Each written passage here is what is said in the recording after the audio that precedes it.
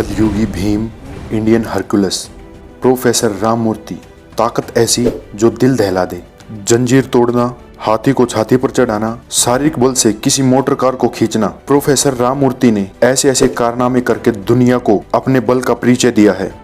Professor Ramamurthy को उनके बल के कारण आज पूरी दुनिया में जाना जाता है। बचपन में कैसे दमे से पीड़ित और कमजोर शक्तिहीन शरीर से कैसे उन्होंने इतना शक्तिशाली शरीर बनाया। प्रोफेसर राममूर्ति जी बचपन से ही प्राचीन महापुरुषों जैसे भीमसेन, हनुमान जी को आदर्श मानते थे। उनका मानना था अगर मैं उन जैसा नहीं बन सकता तो शरीर को ताकतवर तो बना ही सकता हूँ, और इसके लिए उन्होंने प्राचीन भारतीय महापुरुषों की जीवन शैली को ही अपनाया। प्रोफेसर राममूर्ति जी ने बल बढ़ाने के लिए किन किन तरीकों का इस्तेमाल किया जानते हैं।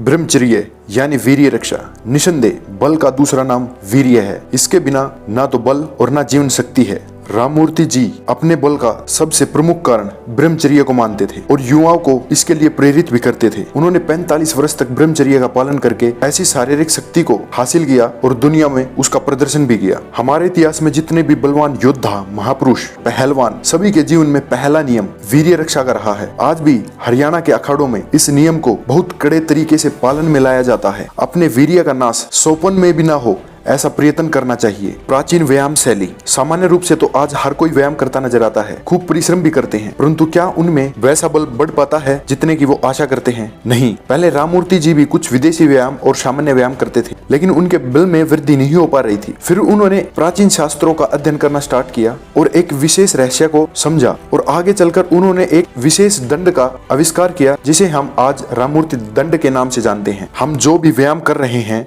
या जो भी कसरत कर रहे हैं, जैसे दंड बैठक या उठक बैठक या सामान्य रूप से किसी वजनदार चीज के साथ व्यायाम कर रहे हैं, आपको अपनी प्राण शक्ति को कंट्रोल करके व्यायाम करना है। उदाहरण के लिए जैसे आप राममूर्ति दंड लगा रहे हैं, सबसे पहले आपको पर्वतासन में आना है और अपने फेफड़ों में पूर्ण श्वास को भर लेना है, फिर उसको वहीं रोक देना है। फिर उस दंड को जितना धीरे धीरे लगा सके उतना धीरे धीरे लगाकर वापिस पर्वतासन में आना है। प्राचीन गुरुकुलों में आज भी ऐसे ब्रह्मचारी हैं जो इस दंड को एक एक मिनट तक लगाते हैं। इसी तरह श्वसन क्रिया के साथ व्यायाम करके उन्होंने अपने शरीर को इतना ताकतवर बना लिया था कि अपनी छाती पर हाथी को उतार देते थे। और आप इसी कुंभक यानी श्वसन क्रिया को फेफड़ों में भरकर जो भी व्यायाम करें उसके साथ जोड़ें और व्यायाम को जितना धीरे हो सके उतना करें।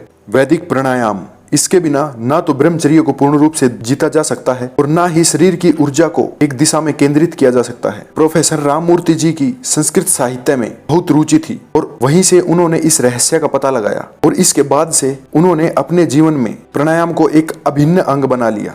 वे रोज 2 से 3 घंटा प्राणायाम करते थे। वैदिक प्राणायाम मुख्य रूप से 4 प्रकार के होते हैं, परंतु आरंभ में शारीरिक बल को बढ़ाने के लिए हमें पहले 2 प्राणायामों को ही करना होगा। पहला प्राणायाम होता है बाह्य प्राणायाम। इसमें आप अपनी मूल इंद्रियों को खींचकर अपने फेफड़ों की सारी हवा को जोर से बाहर फेंक देते हैं और श्वास को बाहर ही कुंभक करके रखते हैं। इस पोजीशन में आप तब तक रहते हैं जब तक आपका सामर्थ्य है। इसके बाद धीरे धीरे श्वास लेकर और मूल इंद्रियों को छोड़ दिया जाता है। आरंभ में आप 5 से 10 सेकंड ही कर पाएंगे, फिर धीरे धीरे आपका सामर्थ्य 30 सेकंड और 1 मिनट तक बढ़ता जाता है। इससे आपके बल बुद्धि में इस कदर शक्ति का संचार होगा और आप में एक असामान्य बल की वृद्धि होनी स्टार्ट हो जाएगी। दूसरा प्राणायाम है अभ्यंतर प्राणायाम। इसमें हमें मूलेंद्रियों को खींचकर श्वास को फेफड़ों में भरना है और इसको तब तक रोके रखना है, तब तक कुंभक करके रखना है जब तक सामर्थ्य हो। धीरे धीरे अभ्यास के बाद आपका सामर्थ्य बढ़ता जाएगा। ध्यान रहे आपको आरंभ में एक प्राणायाम को केवल 3 बार तक करना है, फिर जैसे जैसे आपका सामर्थ्य बढ़ता जाएगा एक प्राणायाम को 7 बार तक कर सकते हैं। ध्यान रहे वैदिक प्राणायाम के बाद आपको दूध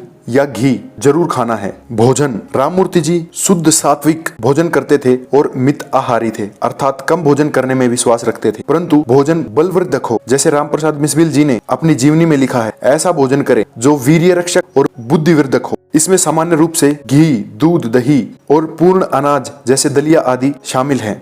सफेद नमक और मिर्च मसालों का पूर्ण त्याग करें। क्रांतिकारी रामप्रसाद मिश्बिल जी ने भोजन में बदलाव करके ही शरीर में अद्भुत बल को धारण कर लिया था और यही डाइट आज भी देसी अखाड़ों में देखी जाती है। प्राचीन गुरुकुलों में सफेद नमक, मिर्च मसाले बिल्कुल त्याज्य हैं और इसी से ब्रह्मचर्य का पालन भी किया जा सकता है। आप अनाब शनाब खा के ब्रह्मचर्य का पालन, वीर्य रक्षा बिल्कुल भी नहीं कर सकते। तो वीर्य की रक्षा डायरेक्टली भोजन से जुड़ी हुई है। आप जैसा भोजन करोगे वैसे आपके शरीर में परिवर्तन होने स्टार्ट हो जाएंगे और यही हमारे प्राचीन महापुरुषों के बल का कारण था। शुद्ध सात्विक देसी भोजन। इसी तरह की हेल्थ और पावर से रिलेटेड वीडियो के लिए हमें सब्सक्राइब करें।